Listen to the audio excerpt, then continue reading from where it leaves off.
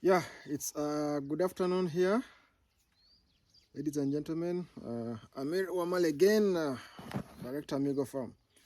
So, yeah, it's been a beautiful day here. We had rain yesterday, and today it's been shining. So, we need that balance of weather. It's not always good to have rain all the time or to have sunshine all the time. Yeah. So, today my discussion is about what people have been talking about these exotic goats, saying that they fall sick compared to the local goats. Well, all I can say is that is what people think, but they don't have experience about what they are talking about.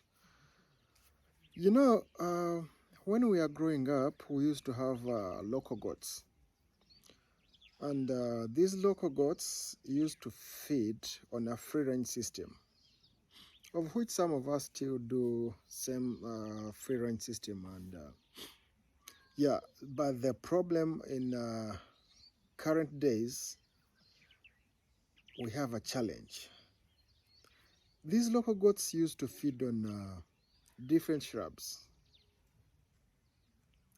uh, Different shrubs used to be medicinal to them, and also us to humans. For example, there is a, a plant called mururuza. Mururuza is a good medicine for humans, and it's one of our favorite shrub for goats. So we came up with a challenge that we didn't know that would reach on us. We cleared our farms. We cleared our farms, and most of us, our animals, feed on 100% grass, like cows, which is not good for the goats. Goats, they are browsers, so they're supposed to have shrubs to climb on trees, and you know and that's how our goats used to be uh, in the times when we are growing up. But nowadays our farms are cleared, remaining with only grass. Why? Because most people were focusing on cattle keeping. Now for us, when we came in with goat farming venture, we found all the shrubs destroyed. But I want to tell you, at least I've been moving around the country, and I know some parts that still have, excuse me, untouched nature, like places of Ruero, Nakasongora, Masindi side. They still have shrubs that these goats feed on. But in our area, Chiruhura, to be precise, Western region, leave alone Hoima and Masindi, but the rest of Western region, we've cleared our land, so our goats cannot have what they are supposed to be having, like a medicinal plant. You guys, you drive a car from Liantonde, you take Kaguta Road up to Ibanda, you see there is no more shrubs in our farms, because rich men have cleared their land for cattle, and I don't put a blame on them because that's what they look at. But if you're looking at having goats on free range system, if you are to buy land, make sure that you look at the land which is still bushy, okay, which still has some shrubs, and you have, no matter what type of goats you have, whether they are local or exotic, they will do very, very well. Okay.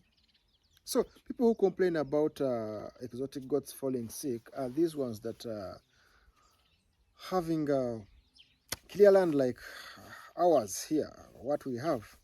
It's unfortunate, but we try to treat and to give different shrubs and pastures to make ends meet. Okay, so don't compare the goats that we used to look to see in our times when we are growing up and those of these days. Goats are the same, whether it's local, whether it's exotic. When it falls sick, it falls sick. They have different bodies, rather they have same body, same type of blood, same meat.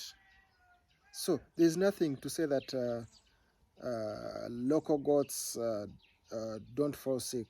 You're talking about the past, but currently goats must be treated. There's some type of ticks that we currently have that we never used to be there in our old times.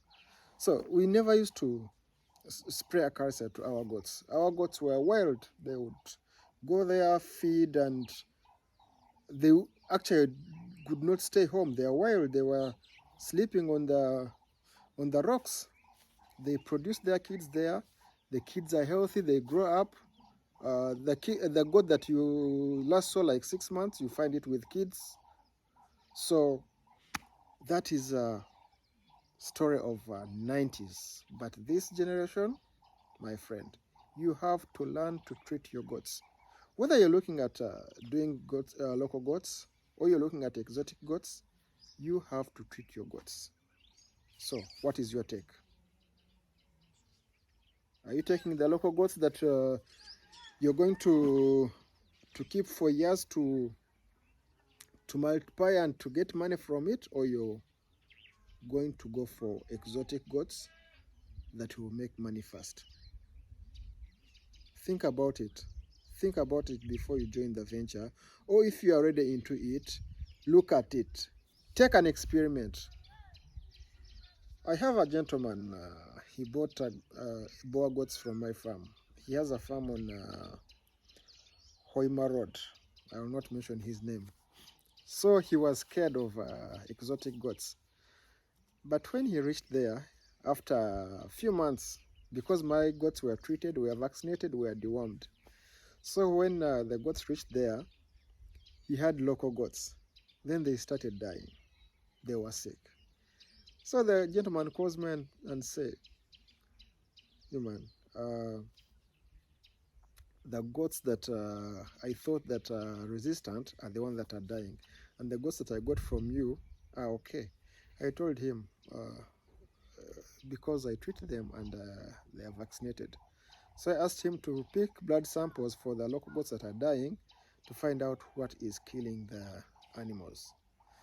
So guys, make sure that you practice vaccinating,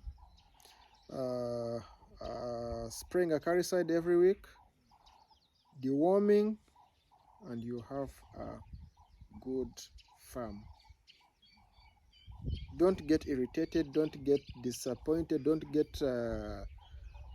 diverted by motivation speakers. You know, goats are all the same. It's like when you tell me that when I go to, let's say, to the US and stay there, I'll fall sick because my blood is different from people staying in America, because my meat is different. I mean, even a fool can see.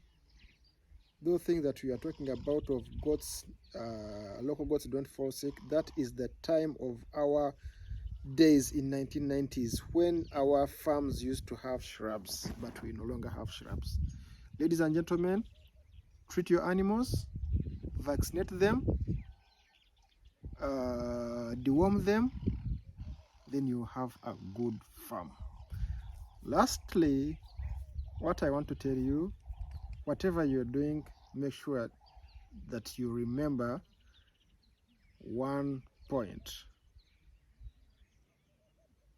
We do farming to make money. So look at what you're investing in.